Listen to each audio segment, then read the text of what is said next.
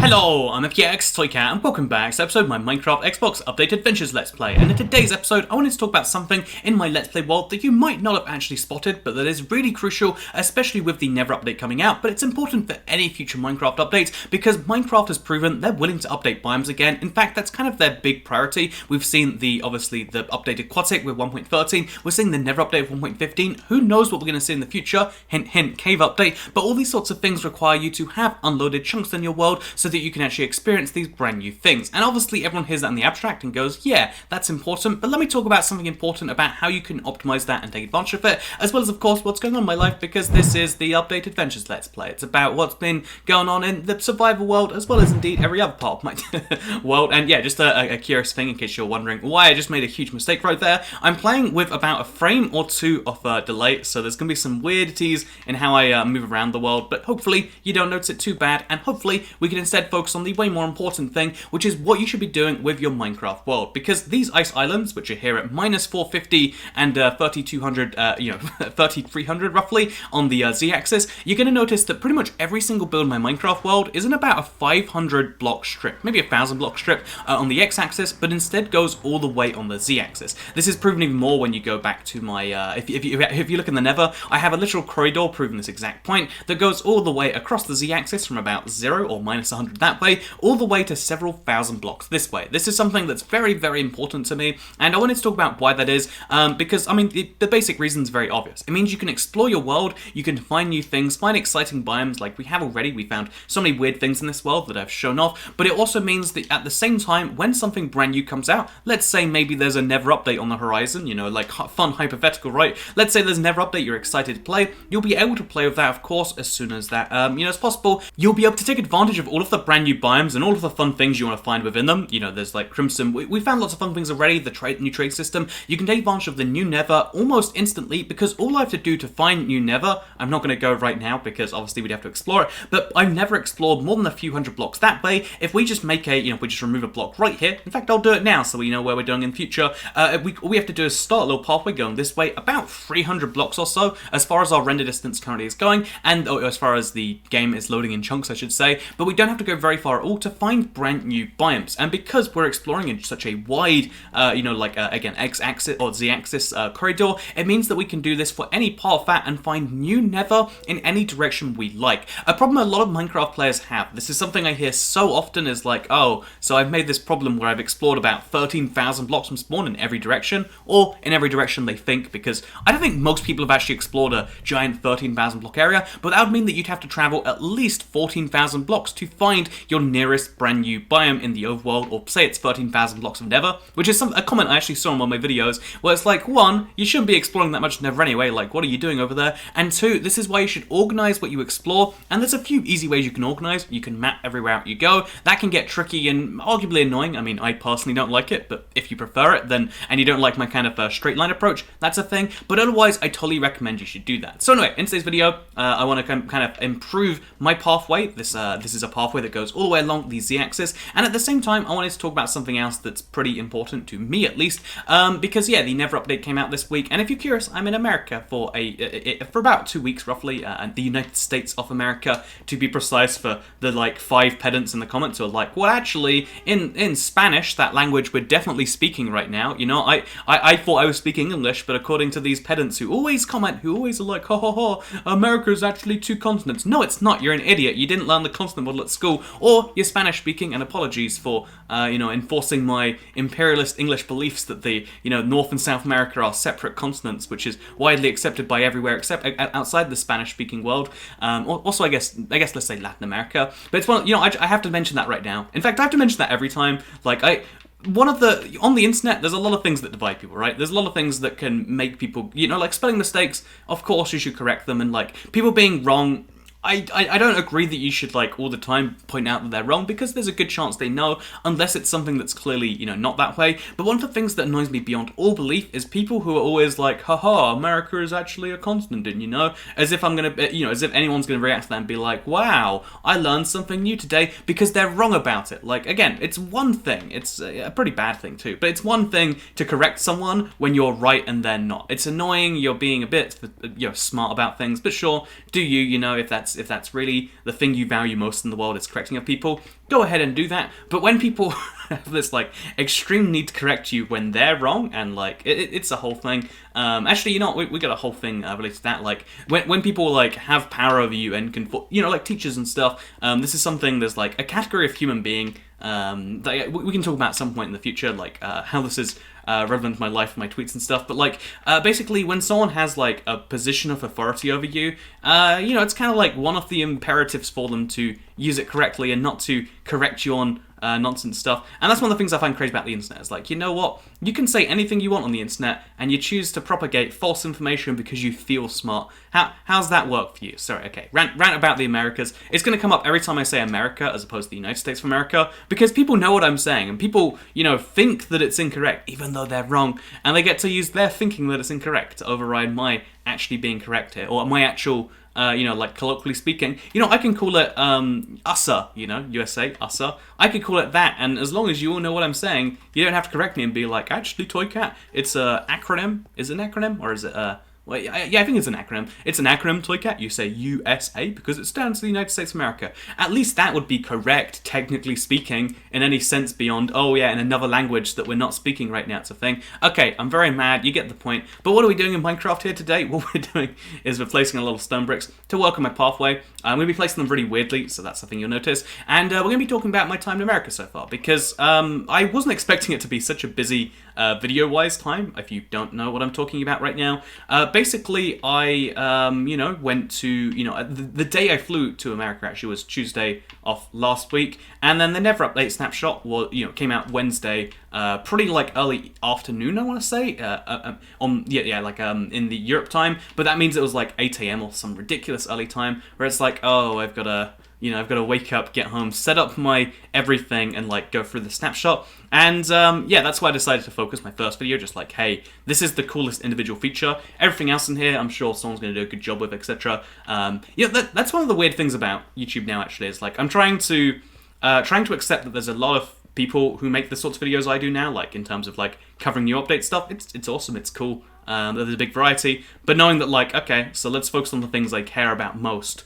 You know, focus on the niche that I like the most, which is talking about the update, talking about the direction it's going in, the kind of analysis, stuff like that. I hope that's what people enjoy, but it's what I enjoy more and think would be more enjoyable to watch if you are watching a lot of stuff, and even if you're not, it's like, well, you know, there's a time and a place for basic stuff, like, hey, new type of wood, which we've already spoken about and already seen. Rather than mentioning it again, I prefer to mention it later. Whatever, you know, it's a whole little hot side thing with how the content goes in the channel, how that slowly alters over time, which is interesting because that actually is related to me being here in the United States. It might not seem like it is, and that's because I'm lying to you. No, it might not seem like it is, but one of the things about like travel that I really enjoy, one of the reasons that I am always consistently on the go somewhere. I mean, recorded videos in Japan last year, for instance, is because of the fact that I really think that resetting things, having like a moment to like have everything go back to basics, is a good way to appreciate what's necessary and what's not, you know? Kind of like I mentioned before in the real world, one of the biggest tips that's helped me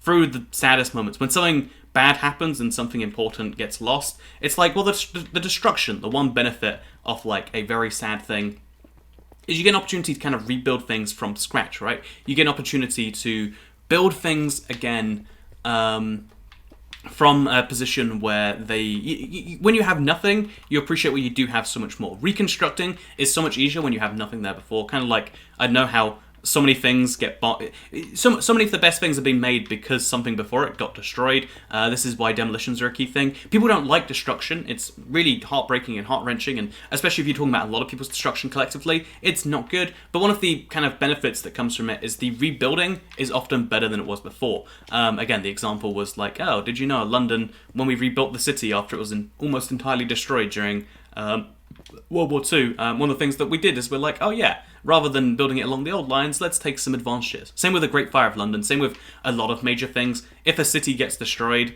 it's an opportunity to rebuild it, but much better than it was before. So yeah, that's kind of a thing I see with like real life in terms of like emotionally speaking. Like when something really tragic happens, I don't know, like after a breakup, or if you're feeling like ultra depressed, the one big benefit is like the things in your life that stick through that are the most important things. Lots of things seem important because they're just there, but they are just there, like what is something important just because it exists? I mean, that's a fun like philosophical question. Is something important just because it exists? Is everything that exists equally valid? I mean, you can have your own thoughts on that one, but the more important thought to me is what isn't essential, what should exist, what should be there. And one of the interesting things is, like, you might have noticed this video, and indeed a lot of the update videos I've made this week, they sound a bit different because I'm using a brand new microphone in a portable setup. I had to set up like a thing very portably, and a lot of people are going to be like, "Oh, it's okay, you record videos on holiday." One, it's not really a holiday necessarily. Like, I always make these trips with the intent, because I can't leave for more than a week, especially in update season like this. So it's done with the intention of like, hey, I can like do half, in the day. I can make videos sometimes, and in the evenings, that's when I do other sort of stuff. And as a result of that, I've learned with my video making process the exact same thing that I would say we learn emotionally or like physically and stuff, which is like, when I have a very limited part of my setup, I have a laptop, I have an Xbox, I have a capture card, and I have a microphone. With just these things, I can still make most of the part of the video that you care about. This video might sound different, and you might not like that. Sorry if that is the case. This video might have, it might not be the perfect video in certain ways, but it's the parts of the video that most people are here and care about, right? It's the, the advice about how Minecraft works, and maybe it's the person behind it. I'm not sure what you like in this Minecraft video, but if you made it this far, something that you enjoy was here, even though most of the effort that goes into these videos isn't the basic things of getting a microphone and a capture card working. So it makes you question, like, so what are the essentials? What are the things that should be worked on and improved? And what are things that you do just because they are easy to improve, or like, it feels fun to improve them? Because there's lots of things that are really high effort, but no one actually appreciates. And it's like, should you focus on those, or should you focus on the things that people do appreciate? It's actually one of the big artistic questions in, like, I guess any creative space, right? In artistic fields, should you focus on things that make you feel artsy, or should you focus on things that people actively enjoy and are, like, let's say paying for, but except in this case, you pay by watching an ad before these videos? Is it what is the thing that's more important? And there's no real answer, but it's something that interests me a lot regardless. So yeah, Minecraft, it's a fun game. I like playing it. And this week I've been in San Francisco, California. Someone said, like, I leaked my location, and it's like, man, I want to mention that San Francisco is a big city, and also I want to mention that, like, hey, if you do live in San Francisco and you see me, fun fact, you can say hello, as long as you don't poison me. If you poison me, you lose your right to say hello. Although I guess I'll be dead, so I guess everyone loses their right to say hello, so please don't choose to do that. But yeah, I've actually met a couple of people already, just in like the first 3 or 4 days I've been here, which I think is wacky, like, whoa. I was just like going climbing at a university over here. I don't know if that's a normal thing to do. And someone just, like, when I was like signing up to do it, someone was looking at me, and I thought, like, oh, they're looking at me because I sound different. Because they looked every time I said something. And then later on, they like came back, and I just like, are you a Minecraft YouTuber? And I thought that was kind of funny. But then also, a second time I was getting like bubble tea, because who doesn't love bubble tea?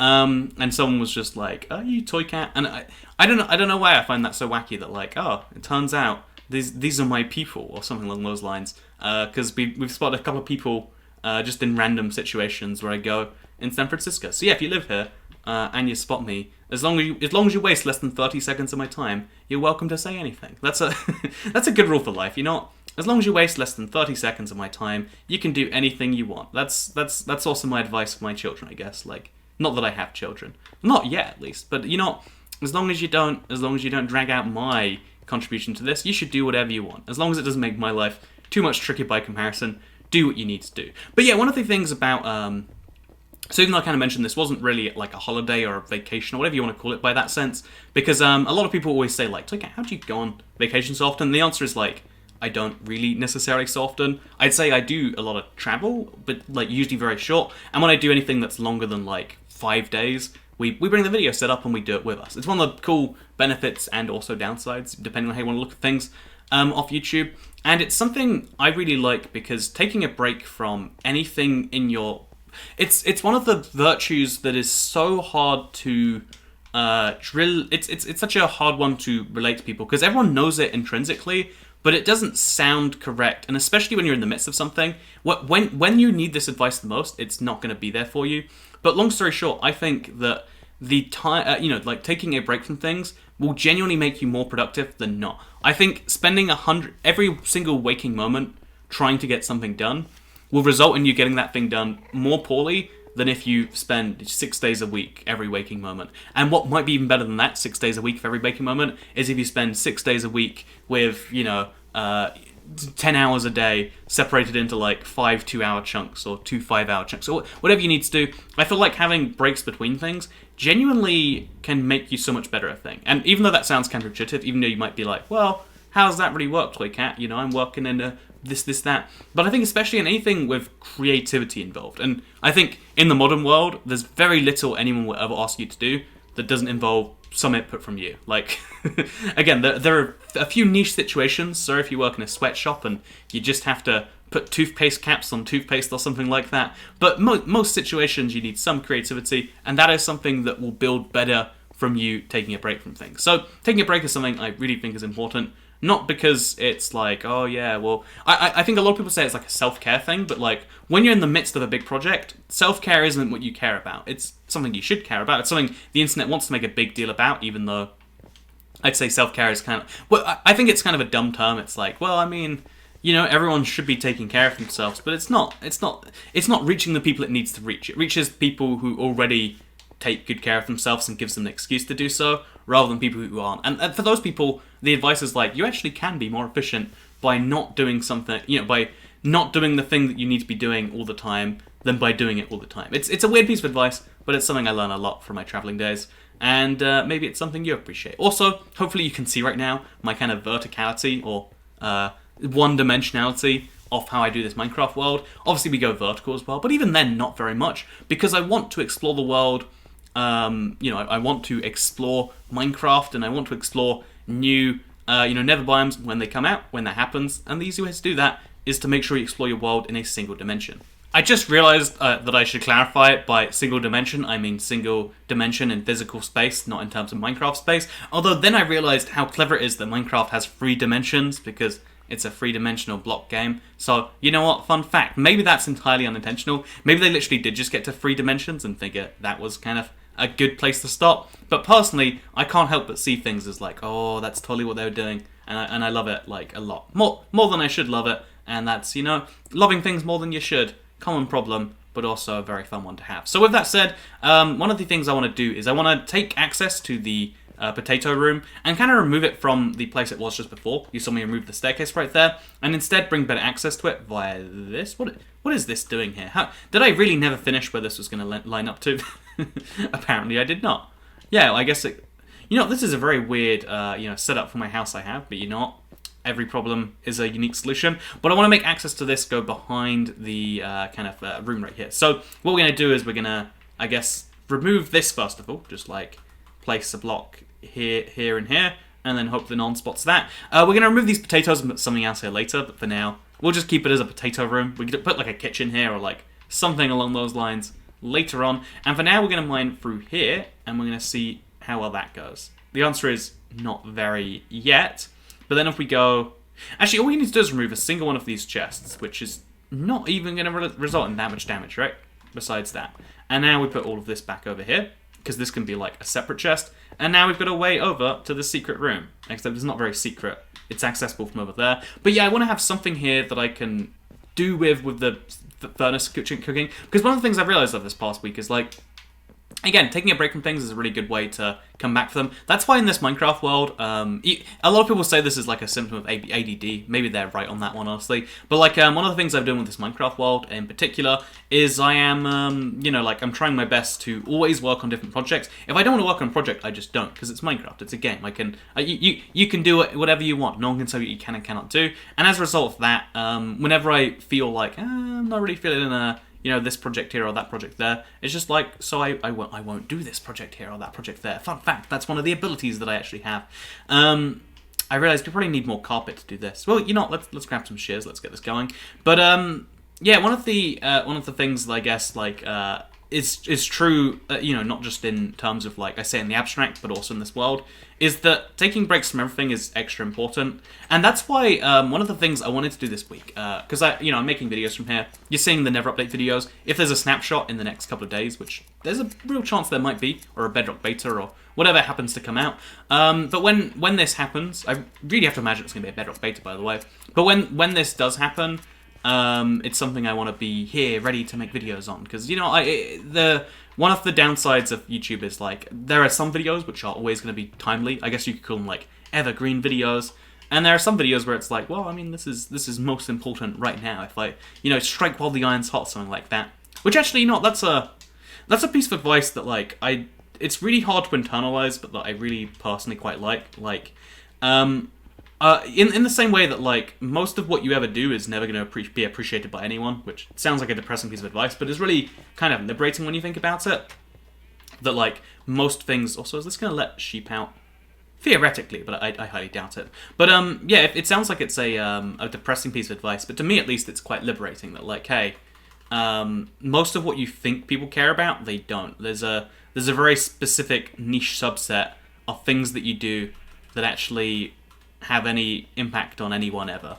And yeah, I think that's much better. Yeah, having that staircase there, again, like, it seemed essential. I had it there before, so there's, like, a bias in me that's like, well, I should keep it there forever. But was there really a need for it? I would argue not, actually. But yeah, most of what you do isn't really cared about by anyone, and that sounds depressing on the surface, but it's really liberating when you actually think about it, because then it makes you realize that there are some things you need to focus on, and working out the things that you should do is one of the also very important tasks in life. That's something I didn't realize till way too late. Like, one of the things I loved, especially as a teenager, like, I think there's this period in your life where you're just hungry to do things. Like, you can destroy your body in the service of, you know, whether it's work or in the service of whatever else. Like, there's a period in your life, or at least there was a period in my life, maybe it's different for everyone, where I was just, like, desperate to, like, do things. And, you know, in the case of my work, like, any form of paid work, I was hyped about, like, yeah, I'll do so much of that. I'll work, you know, 15 hours. I think I've already told the story. It sounds like a weird motivational one. It's just, to me, it's like how it was. Because I didn't have a HD TV, and I wanted to get a HD capture card to step up the YouTube game all the way back in, like, 2009. And so one of the things that I was like, is like, okay, I need to get, like, $400 for I think it was going to be, like, a laptop that can actually run this capture card. I need, like, $100 for a TV. I need this for the capture card itself. And it's like, well, if I just work all day for, like, I don't remember how long it was, but I remember there was one weekend where it was like every single waking hour I was doing a thing, which, again, not the most productive way to do it. I probably could have taken a break and done something, but the fact that I was, like, killing myself, I guess, to do this, almost like in the not actually killing my sense of the word killing myself, but the fact that I was doing that to get that done was almost like I don't know, it was like an achievement of some form to me. I was like, yeah, you know, this is how good I am at doing the thing. This is how much I care about it. And yeah, it's something that I guess I've seen a lot, especially in, like, young people. Like, when you're younger, you're just more willing to be like, well, working hard feels good. There's, like, a good feeling in it. There's a time where that's good, and maybe that's why, like, sometimes it feels better to be working hard on something, even if you're doing it inefficiently, than to not. That's something I tried to program my first ever game. Let me tell a story, actually, because this is a dumb story. But if you're into programming, you'll know how stupid this was. I really wanted to program games when I was younger. I'd never thought that the idea of playing games and talking about it and making jokes about how there'll never be an update as good as this one in Minecraft. Like, I thought that was a dumb... I didn't think that was a thing that existed, I guess I should say. Even if it was, like, it would probably be my dream career if I knew it was a thing when I was a kid. If I was growing up today, I'd probably think YouTuber was the coolest job. But yeah, even though, like, when you look at YouTubers, you kind of miss the point of what they're doing most of the time, because it's not the playing games that people watch them for, it's the things they do while they play them, usually. That's my experience. Although, actually, I should just upload a video of me one day called Minecraft.mp4, and it's just me playing Minecraft. Not talking or anything, just playing it and having an okay time. Great idea, right? I think people would love to watch that, personally. But yeah, one of the things I thought I wanted to do is I wanted to be a video game developer, and well, I think really, like, I just wanted to work with games. I love games a lot. I wanted to do something where I would be helping to make that experience for other people, you know.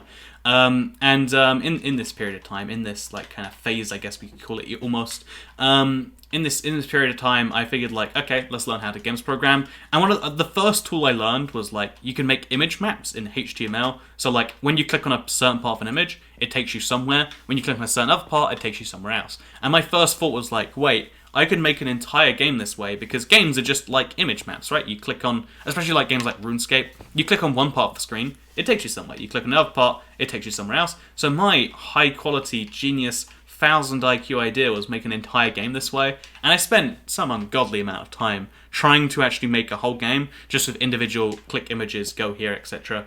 Because I didn't think about like animation between things or anything like that. I just wanted to get making the game as soon as possible. And this is something that like I think about every time I work on something, is to like doing something dumb. Working hard on something slowly is worse than working even badly on something in a really quick way. And I guess like the key, that's the big difference between people who do really well and people who don't. Even though they'll probably eschew their hard work, because I've already mentioned like I feel like I worked really hard that one time, but I don't think it's the hard work that makes the difference between people who do really well and those who don't. I feel like the much bigger factor actually comes down to things like, again, how much they can identify what's actually needed from them versus what's not. In college, for instance, like, I don't know, I could tell a lot of stories all day, all night about how, like, oh yeah, there's this thing that everyone thought they could do. One of the mistakes I made is we had an assignment at one point that was like, write 30 pages of something you're interested about. That was just like my year-long assignment. Like I thought it was dumb, but I was like, okay, I'll power this out over the course of a weekend. Just write about something I love. Like I like writing. I used to do it for a job, so I just did that. What someone in my class did was they just took all of their work over the rest of the year and they just put it in a big document together. Like I'm really interested about circuits. Here are all my diagrams I've drawn on circuits, and they'd be like, yep. That's good, like as you can see, I am passionate, I did do this, and this is schoolwork, so it's not copyright, it's not plagiarism, it's not anything like that. And it made me realise that, like, yeah, actually, that was the smart thing to do. Rather than make something from scratch, if you can just use something else you've already done, why not do that? And, with school in particular, like, it's literally just, you need someone to tick a box. I guess in digital systems it'd be click a box and not tick a box. But you need someone to just press a box and be like, hey, this person did in fact do the thing. And in that system, you don't need to make things that are great. You need to make things that are passable. And that sounds dumb, but that's the system you live in school. And if you're, I don't know, making YouTube videos, you need to realize that people care way more about the content, the exciting, the things in it, I think. At least that's my observation based on my year so far. Than they do about the weird technical side of things. You should work on the weird technical side of things. That's what I always tried to do. That's why I got a new microphone. That's why I'm always trying to make subtle upgrades here and there. But also I want to try and be like a more interesting person. I feel like that's actually, as weird as that is, like one of the key things on YouTube is being someone that for some reason people want to watch. And that's a very hard thing to be, because I'm not a person people want to be around in real life. But you gotta try to be that on the internet. You gotta try and be someone that people can decide they want to hang out with for some amount of time.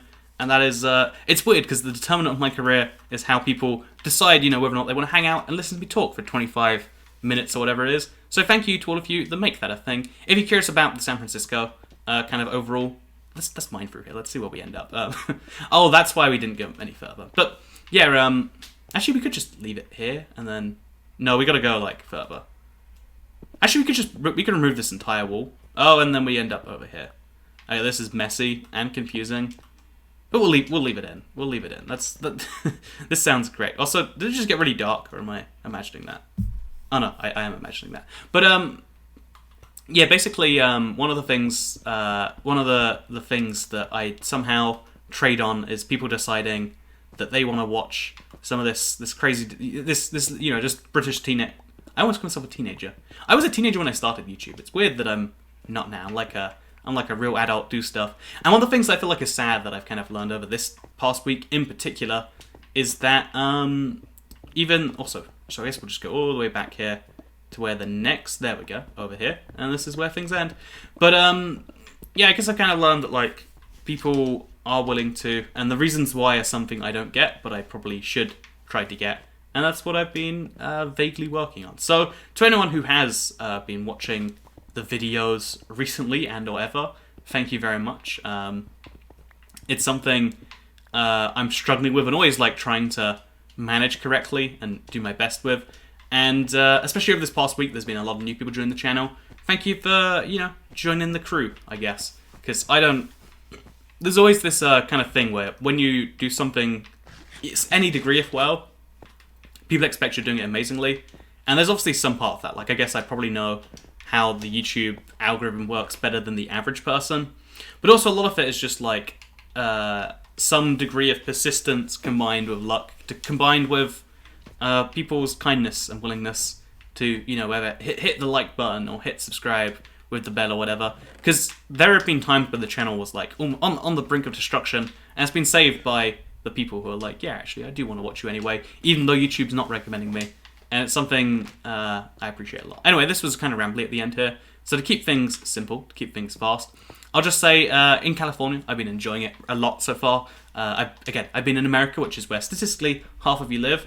I love food here so much. Like, I feel like anywhere in America, food is like especially good. But here on the west coast of the United States of America, I don't know if it's better or if it's just more diverse, whatever it is. But every meal I've been having has been incredible, and it's dumb. It's really dumb, but I love food so much. Like that. That is all I need to have a happy life. Like, just every meal has been top-notch, incredible, filling, probably about to kill me because of the amount of sugar that I get with drinks. Been having a lot of bubble tea, which is, like I mentioned, like ran in song just while drinking that one time. It's been a really good time. A part of me is always like, man, I could live in America forever, and then a part of me is like, well, I mean, I will literally die just from all the things I like too much here. It's like, America's good in medium-sized doses. Best, I would say. Because it's definitely the best country in the world to visit. And, you know, whether it's to live in or not is for you to decide. But I definitely have I have mixed feelings about how well that would go for me in the end. Because, again, I love everything too much. Loving something too much is actually, like, a whole problem, I would say. People don't like to acknowledge that it is one, because it seems like it's not. But, like, if you enjoy something too much, it definitely is a problem. Because it's going to affect your judgment on that thing. Kind of like, I don't know, people who really, really, really love video editing spend way more time video editing than they do coming up with things to say or, you know, like, being an interesting person or whatever else. And same with, like, if I just love telling stories, which is what I love. I love streaming. I think it's sad that I have to take a break from streaming because I have tried streaming here, but it's not been going well for the most part. But, yeah, taking a break from streaming, which is, like, half of the channel now. Like, it's like a quarter of the... I only came to terms with this recently, but like streaming is like a big part of what we do here on YouTube now. Because I was going to make a video on the third channel, just kind of openly sharing the finances. Because if you don't know, I've started like a finance thing over there. I think money is an interesting thing that people don't talk about because it's got this taboo on. And yeah, I like to talk about things that people don't like to talk about. Like, hey, did you know I don't know, what do people not like to talk about actually? I have a sore spot between like my butt and like the thing in front of my butt, and like it goes away and it comes back, and I've looked into it and the reasoning for it exists doesn't make any sense to me, but it gets like slippery sometimes, so it's like, what is that? That's a health issue. No one wants to talk about that, right? Also, I really like garlic. Garlic's an amazing flavor.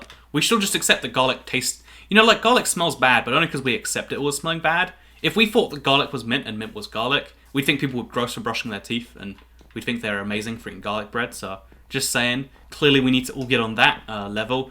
And also, I think that you, as a person, are wonderful for choosing to watch this Update Adventures Let's Play. Thank you very much. I am going to enjoy another week of California, and if there are any update things, you'll see them over next week. If not, you'll see a lot of the videos that I have put a lot of hard work into for this very occasion. And again, there's a lot of cool ones I'm looking forward to you seeing. Thank you for watching this video. Thank you for choosing to subscribe with notifications turned on. I'm sorry that we're taking a break from streaming, but I'm looking forward to being back in the next week. In fact, we might even do streaming on Thursday, because like Thursday is stream day. I don't even know. What I do know is I love you all, internet, and I'll see you next time. Bye.